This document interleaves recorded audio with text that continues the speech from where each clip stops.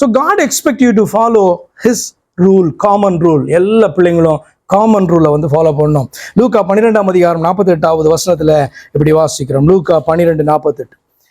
அறியாதவனாயிருந்து அடிகளுக்கு ஏதுவானவைகளை செய்தவனோ சில அடிகள் அடிக்கப்படுவான். எவனிடத்தில் அதிகம் கொடுக்கப்படுகிறதோ அவனிடத்தில் அதிகம் கேட்கப்படும். மனுஷர் எவனிடத்தில் அதிகமாய் ஒப்புவிக்கிறார்களோ அவனிடத்தில் அதிகமாய் கேட்பார்கள். இதுதானே வேர்ல்டு ரூல். இதுதானே வேர்ல்டு ரூல். என்ன அப்படின்னு சொன்னா, யாருக்கிட்ட அதிகம் கொடுத்தா அவன்கிட்ட அதிகம் என்ன பண்ணுவாங்க, கேட்பாங்கல்ல. அப்ப கர்த்தர் நம்ம இடத்துல அதிகம் கொடுத்துருக்காரா, கொடுக்கலையா? உடனே பணத்துக்கு போயிடக்கூடாது. கர்த்தர் நமக்கு அதிகம் கொடுத்துருக்காரு. நிறைய நாலேஜ் நமக்கு கொடுத்துருக்காரு, நிறைய விஸ்டம் கொடுத்துருக்காரு. கர்த்தருடைய வார்த்தைகள் எத்தனையோ பேருக்கு வந்து புரியலன்னு சொல்லிட்டு இருக்கிறதான காலமாய் காணப்படுது. ஆனால் கர்த்தர் தம்முடைய வார்த்தைகளை நமக்கு விளங்க செய்கிறார் அல்லவா? அதிகமா புரியுது இல்ல? அப்ப அதிகமா நம்ம இடத்துல எதிர்பார்க்கப்படுமா படாதா? சிந்தித்து பாருங்க இல்லையா?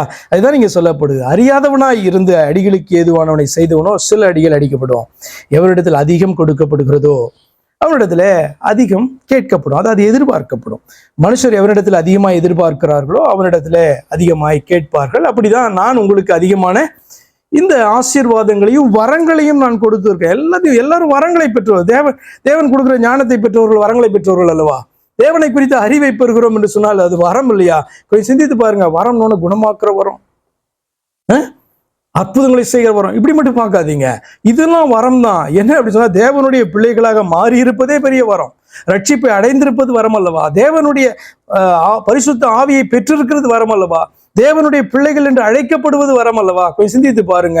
எத்தனையோ பேருக்கு கிடைக்காத ஸ்லாக்கியம் அல்லவா அது? அப்படி வரத்தை பெற்றதான நாம என்ன பண்ணுவோம்? பெரிய பாக்கியசாலிகள். வசனத்தை மட்டும் கிளைம் பண்றோம்ல, கர்த்தரை தெய்வமாய் கொண்டிருக்கிற ஜனம் பாக்கியம், ஆசீர்வதிக்கப்பட்ட ஜனம் சொல்றோம்ல. அப்ப நம்ம எல்லாம் ஆசீர்வதிக்கப்பட்டவர்கள், அதிகமாய் பெற்றவர்கள். அதிகமாக நம்ம இடத்துல என்ன பண்ணோம்?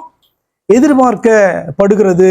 அப்ப நம்முடைய அளவுகோல்லாம் வச்சுட்டு இல்ல எனக்கு இவ்வளவுதான் அப்படி சொல்லக்கூடாது.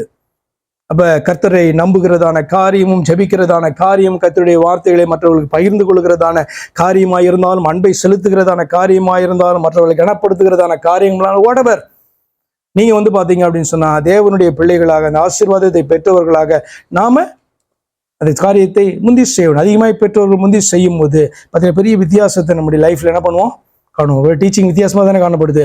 பிரமாணத்தை நேரா சொன்னா பரவாயில்ல, ஆனா பிரமாணத்தை சொல்லாம பிரமாணத்துக்கு ஈக்குவலண்டான ஒரு காரியத்தை ஆண்டவர் வைத்து அந்த அளவுகோலை வந்து பாத்தீங்க அப்படின்னு சொன்னா அவர் விளக்கி, நீ வந்து உனக்கான அளவுகோலை ஃபிக்ஸ் பண்ணாத, எல்லாவற்றையும் என்னுடைய வார்த்தையின் ஊடாக நீ ஆராய்ந்து பாரு.